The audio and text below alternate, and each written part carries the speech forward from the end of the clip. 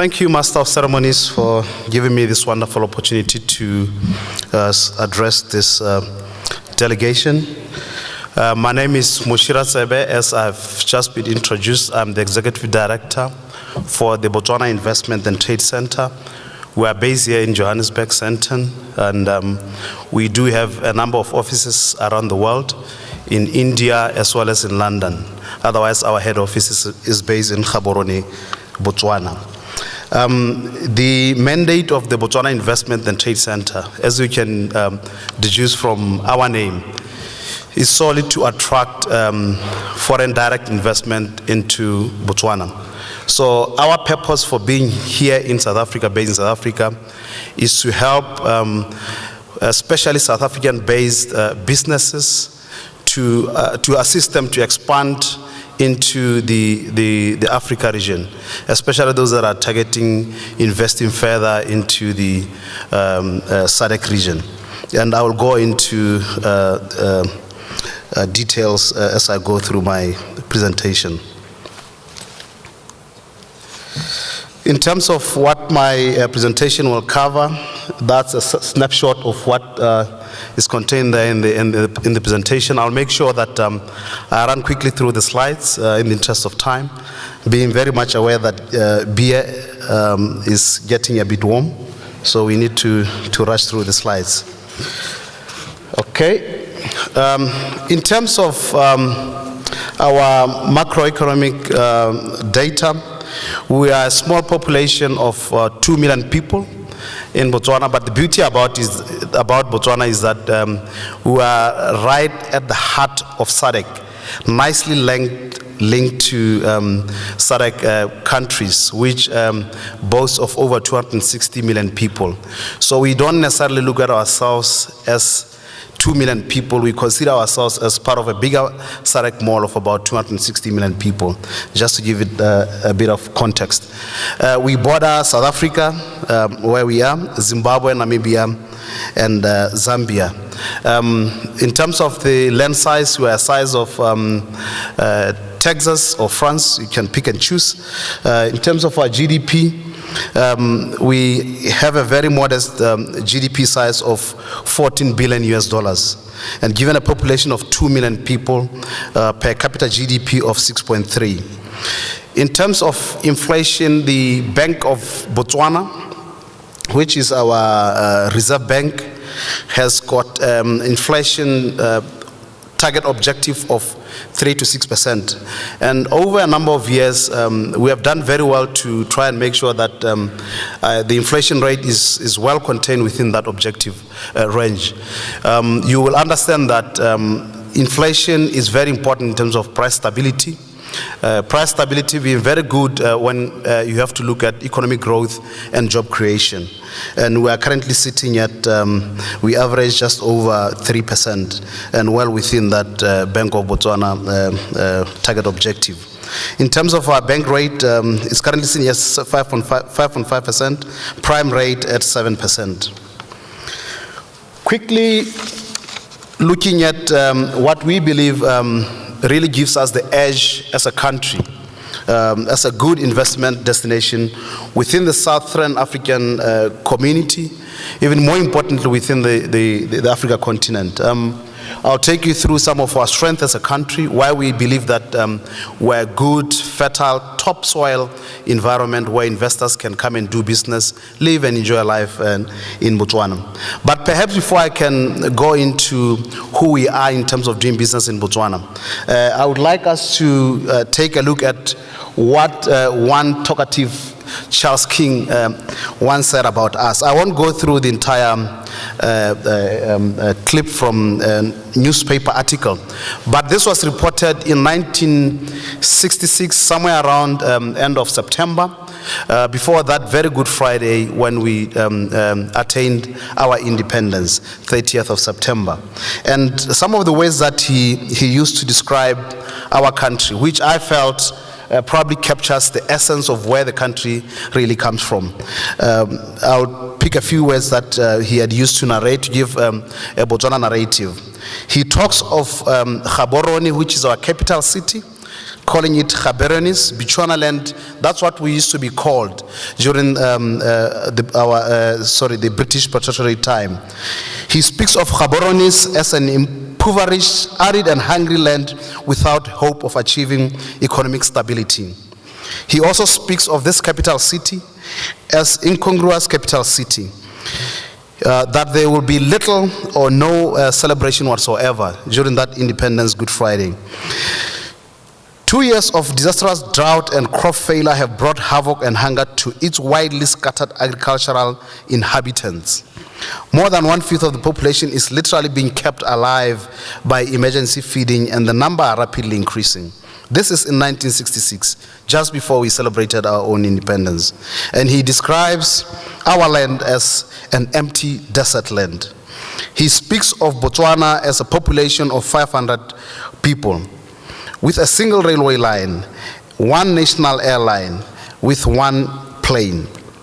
He speaks of our country as having 2,000 cars and trucks, 1,600 telephones, and a national radio service that broadcasts for 2 hours a day.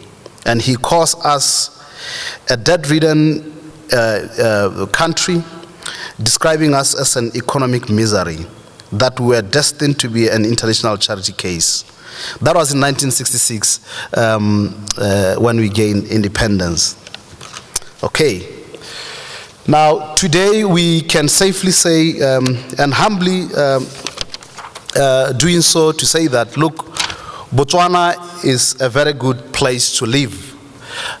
Given the background in 1966 when we attained independence, that was prior to our discovery of diamonds, minerals, specifically diamonds in our country, which has been really the mainstay of our economy. That was the picture. But fast forward to 2017, we are confident to invite you as investors to Botswana to come and live there. It is a very modern and attractive country. It's got modern cities, mainly because we are a newly developed economy, or we are a developing economy. So we have got the benefit of bringing together the latest infrastructural development into our country. And we have been able to use the proceeds from especially our mineral resources, diamonds, to make sure that we equitably distribute this wealth to develop our country. We offer a very good quality of life in terms of health access. Everyone actually can go into public hospitals, clinics, which, by the way, are everywhere. In small towns, rural areas, urban areas, we do have big hospitals, clinics. As a matter of fact, in Botswana, we've got a very unique situation where we have got referral hospitals existing in what we call villages or rural towns, so to speak. So that's what we offer as a country. We offer you a very well-balanced work-life environment. It's such a pain in some of these major cities where I've been, where people don't have the luxuries to leave the house at 7:30 a.m. in the morning and still be at office at 8 o'clock. That's what we offer in Gaborone. That's what we offer in Botswana. You leave your office at 5:30 a.m. We guarantee you that by 6 p.m. you will be home with your kids and your wife. So that for us is the good quality of life that we offer as a country. Botswana, certainly it is a very good place to invest. Mainly because over the years, right from 1966, we have seen sustained periods of economic growth, driven largely by our discipline when it comes to managing our own economy. You know, consolidating the fiscal and making sure that the proceeds from diamond are equitably distributed across the country. If we have to look at some of the numbers in terms of our economic outlook, the projection as we see them, based on the budget speech that was read by our finance minister recently, will be growing at 4.2% in 2017 in terms of economic growth. However, if you look at the world economic growth growing at about 3.4 to 3.6%, in terms of the IMF Outlook report of January 2017. The Sub-Saharan region, we are growing ahead of it. It's good that it's growing at 2.8% for 2017. Obviously affected by the weak performance of some of the major economies in Africa, Nigeria, South Africa, as well as Angola. In Botswana, we have very good legal system. We adhere to the rule of law. The powers between the executive, the parliament, as well as the judiciary is well separated. There is no conflict whatsoever. In Botswana, it is a country where government can take its citizens to court. And we know that either government or the citizens can win. The cases are not predetermined because the powers between the executive, the judiciary, as well as parliament, they are well separated. It is a place where, as a citizen, as a foreign national, as a company, you can take whoever, or the state or the ruling party, or whoever may be involved in your case, to court, and you are very sure of a fair, unbiased judgment in terms of our judiciary. We offer a very stable political environment. From 1966, every 5 years, with certainty in October, there is predictability about our elections. We have had elections every 5 years, incident-free, no rigging, no nothing, clean. In terms of labor market stability, which is quite crucial, you know, we are in a space or in an environment, a continent where things like stability within the labor movement or the labor organizations is unheard of. In Botswana, things around strikes, I mean, they're literally unheard of. I can't even remember the last time, whether it was the public sector or whoever really went on strike. This is not because our labor unions are dormant or government actually is heavy-handed on labor. No, it is purely because we have got robust relationships between the employer, whether it is government, the private sector, and the unions. There is that mutual understanding and the ability to work together. When you look at educational sector, actually government has funded education right from the time when we gained independence. It is a right of every citizen to go to school. Our education system is very free.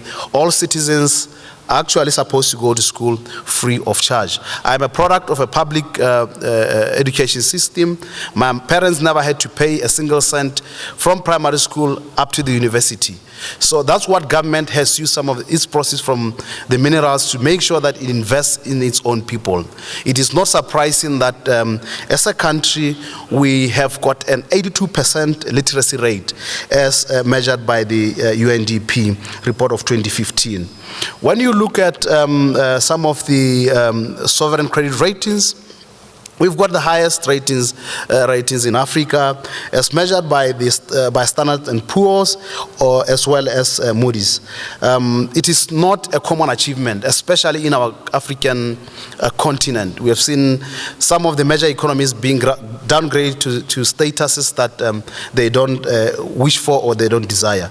So in Botswana, we promise you an environment where your investment certainly will be destined for growth. No foreign exchange controls, because we are very confident about our investment environment, such that the strategy of investment, as an investor, you can come into Botswana with whatever money you bring into the country. The day you are fed up with us, you don't like us, you want to leave, nobody will restrict you from taking your money and leaving the country, taking your machinery and leaving the country. This we have left it open because we believe that once you have decided to move into Botswana, there will be no reason for you to actually want to leave the country. As such, we don't have any restrictions around business ownerships. Foreign nationals can come and do business. There is no requirement that you must have local content in terms of ownership. Foreign nationals are allowed to come into the country, do business, own land, own property, whether it's residential or it could be commercial. So that is the environment that we offer as a country. No wonder the World Bank has actually ranked us the 4th in Africa in terms of ease of doing business. We are up there with the usual suspects of your Mauritius, Rwanda, and Morocco. And ladies and gentlemen, the reason why we have experienced those modest achievements is purely because of our commitment to progress with integrity. If you have to look at the levels of corruption in Africa, the picture there where the marking is red, I'm colorblind, or it's more red or maroon, that's where the biggest problems are in terms of corruption. The lighter it gets, it demonstrates the lower levels of corruption.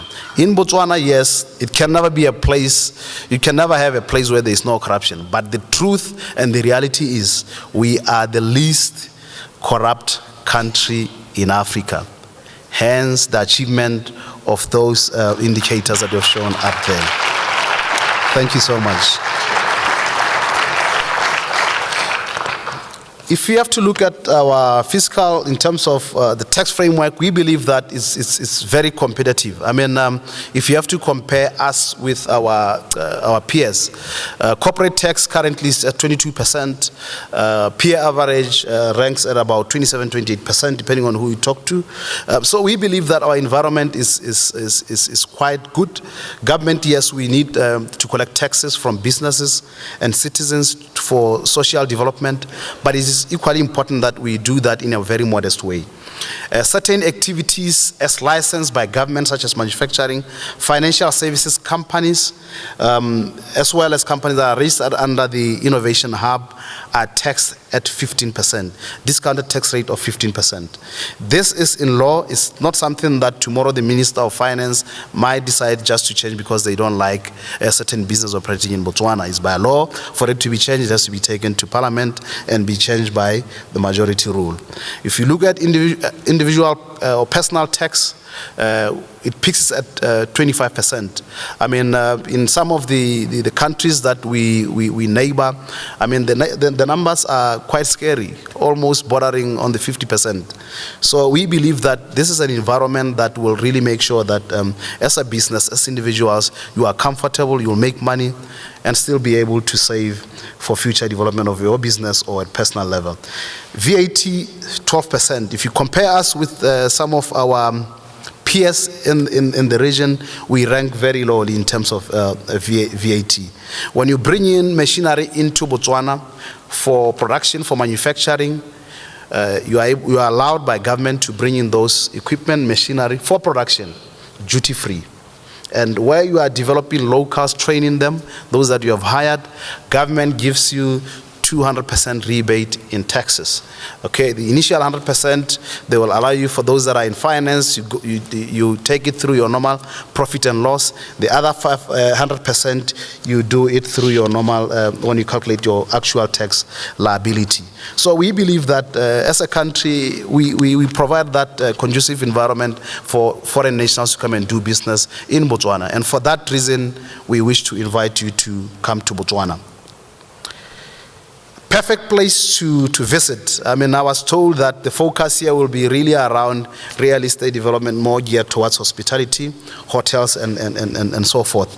In Botswana, we offer a very unique and diverse experience of life in terms of what we can do in Botswana, what you can see. We actually house 2 UNESCO World Heritage Sites, one being the Tsodilo Hills, where you see over 4,000 rock paintings done by the first inhabitants of Botswana, being the Khoisans.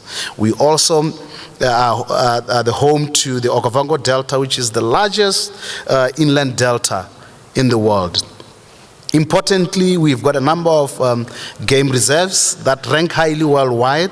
The Central Kalahari Game Reserve, which is right in the desert side of the country, and it is the second largest game reserve in the whole world.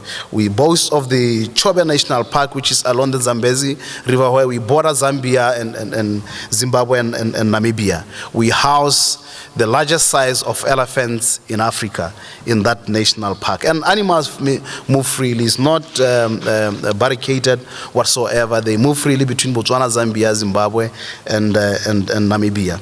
Even more importantly, the salt pans, which it's a vast land of the size of Portugal. That area, we've got a mine there where we mine salt. and we export it to some of the countries such as South Africa for value addition. That in itself offers an opportunity for investors to come and use some of our natural resources to convert, to make sure that you are able to elongate that value chain and do value addition in some of our minerals. Specific sectors of investments. The focus today will be really around tourism briefly. I'm just about to conclude 3 slides, tops to go. Importantly, agriculture, we believe it's a massive opportunity for any investor. As a matter of fact, it is said that even though our GDP is that modest, we cannot feed ourselves. We import literally almost everything out of Botswana, especially South Africa. You can think of all whether it's vegetables, it's fruits, it's dairy, for example. We consume just under 70 million liters of dairy every year, but we only are able to produce 3 million liters of dairy. So for those that are in that space, or you've got friends, businesses that are in that space, it is a big opportunity. Primary production of grains whatsoever, agro-processing, it's not, those activities are not happening in Botswana. Where they are happening is very minimal, and we invite investors to come and help us feed ourselves. Leather, we are home to over 3 million heads of cattle. We've got more cattle than people in Botswana. We are a beef nation. We love beef. We are passionate about it, but we haven't been able to actually beneficiate that sector. So leather is a very big opportunity. Government, as a matter of fact, is developing a treatment effluent plant which will connect about 5 tanneries just south of the capital city, Gaborone. So in the next 2-3 years, we should be able to invite investors to come and set up tanneries.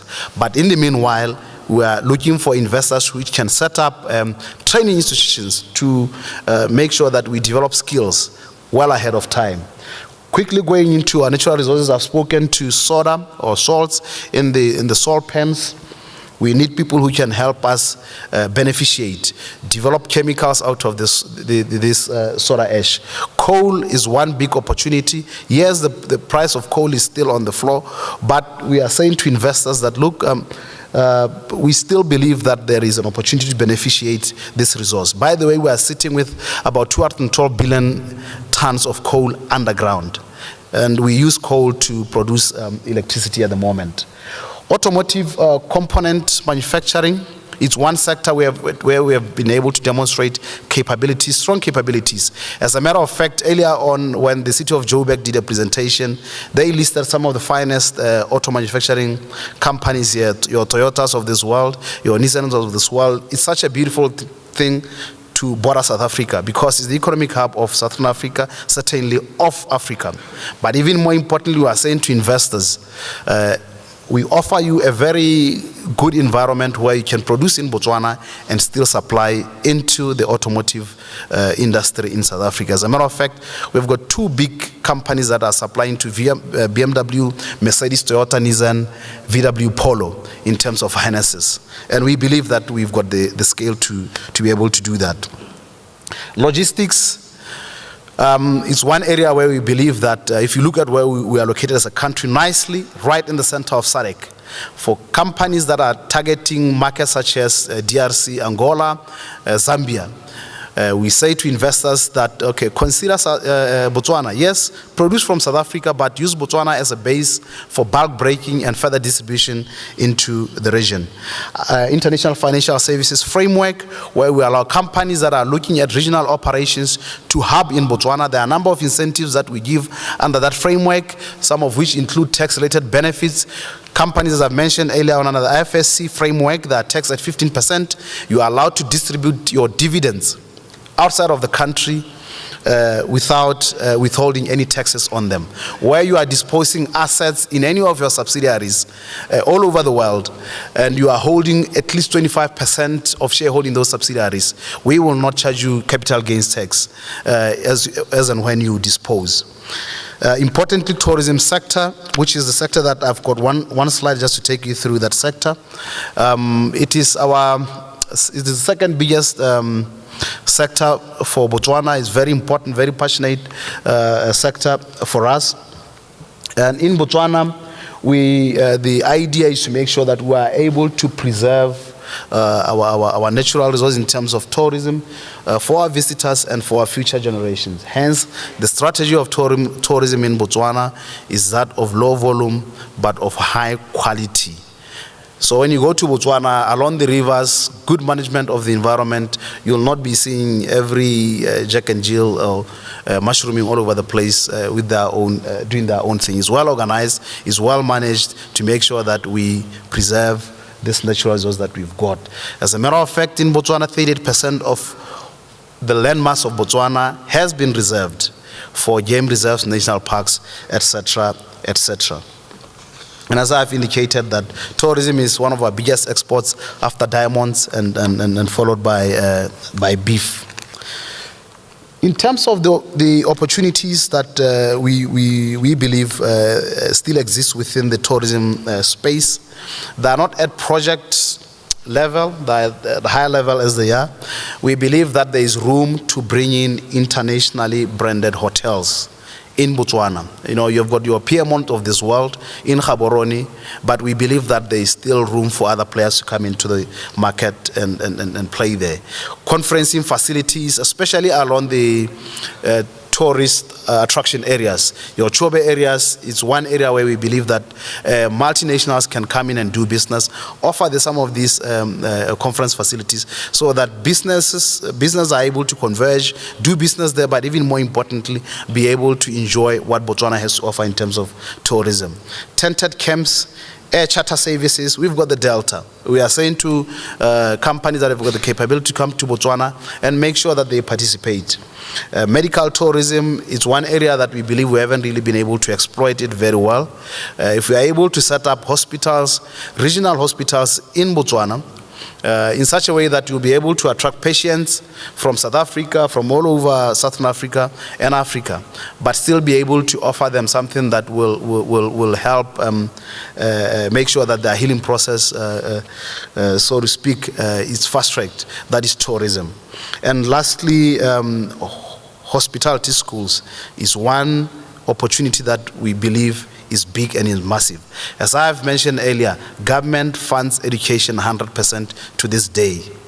I am yet to see any investor who has invested in education in Botswana and they are poor. Literally so, because government will throw money at anything that looks like training, that looks like school.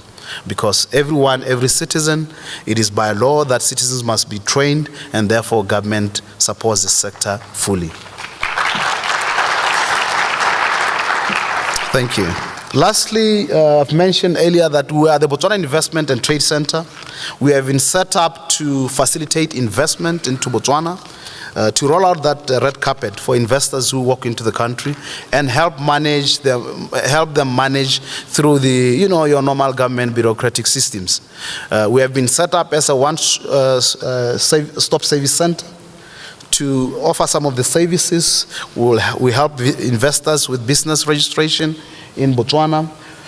Basic things, opening bank accounts, we handhold you. You come to Botswana, come straight to our offices.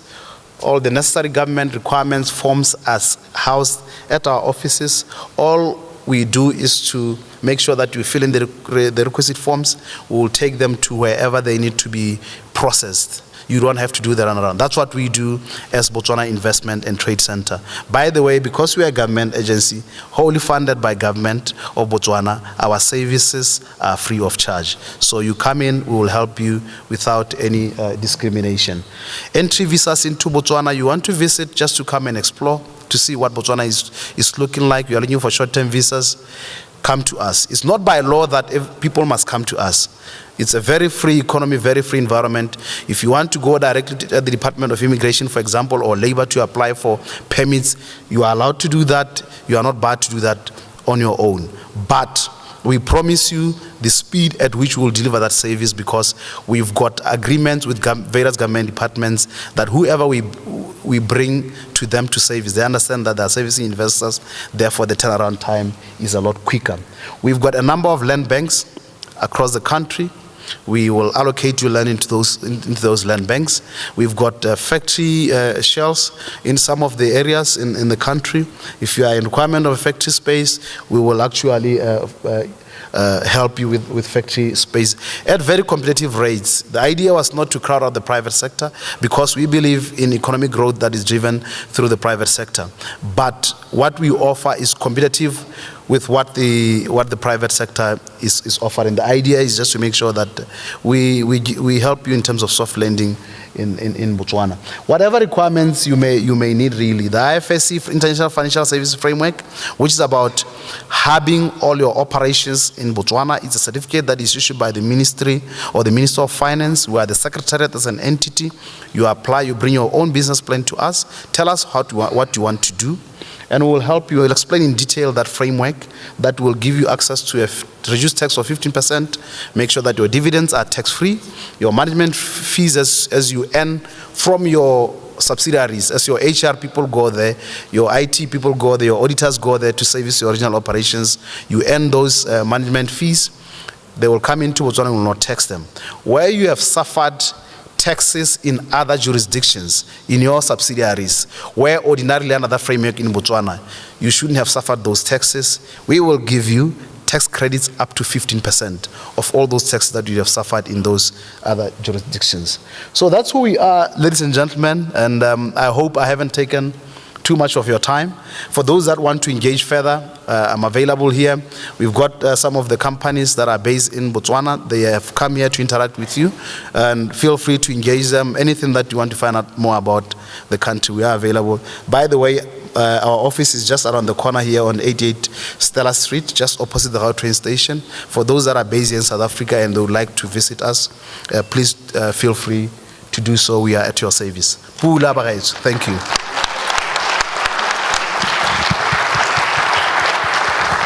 Thank you very much, Moshie. If you would mind staying on the stage, because we might have a few questions for Mr. Moshie. Do we have any questions for Mr. Moshie?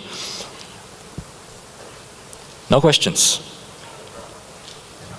No? In that case, maybe I will ask you the first question, and then that might get the ball rolling.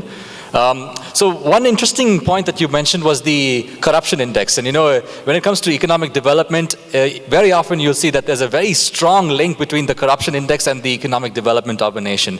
And it's very commendable to see that amongst all the 54 nations in Africa, Botswana ranks #1 in terms of, you know, corruption-free environment and a corruption-free economy. Can you give us some insight as to how you managed to actually pull that off? What are the precise measures you have taken? How do you ensure transparency in the system? And a little bit more insight, a little bit more elaborate detail on how you managed to pull that off. Thank you so much. As a country, we have put a number of laws in place. For example, we have a Directorate of Economic Corruption and Crime, which oversees all government machineries, government departments, to investigate, to make sure that all elements of corruption are actually taken out of the public sector. We have put in place what we call the Public Procurement and Asset Disposal Board, which regulates, manages all government purchases and disposal of all government assets. So I forgot to mention that, by the way, in Botswana, not always a strength, but as it is now, it is actually illegal for any government entity to evaluate any unsolicited bid or bidding. We don't do that. Yes, in countries where government encourage unsolicited bids, we have seen tremendous pace in terms of infrastructural development and also what have you. But all our procurement in terms of services, infrastructural development, they are done through an act of the Public Procurement and Asset Disposal Board. Everything is through the open tender system. So there's nothing that goes under the table or in a brown envelope, so to speak. If you look at our judiciary, as I've mentioned, it's very strong, independent, separate from parliament, separate from the executive. It's not executive-minded, as it were.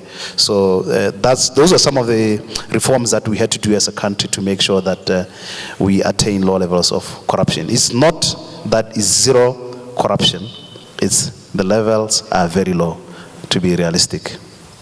Thank you. Do we have it? Yes.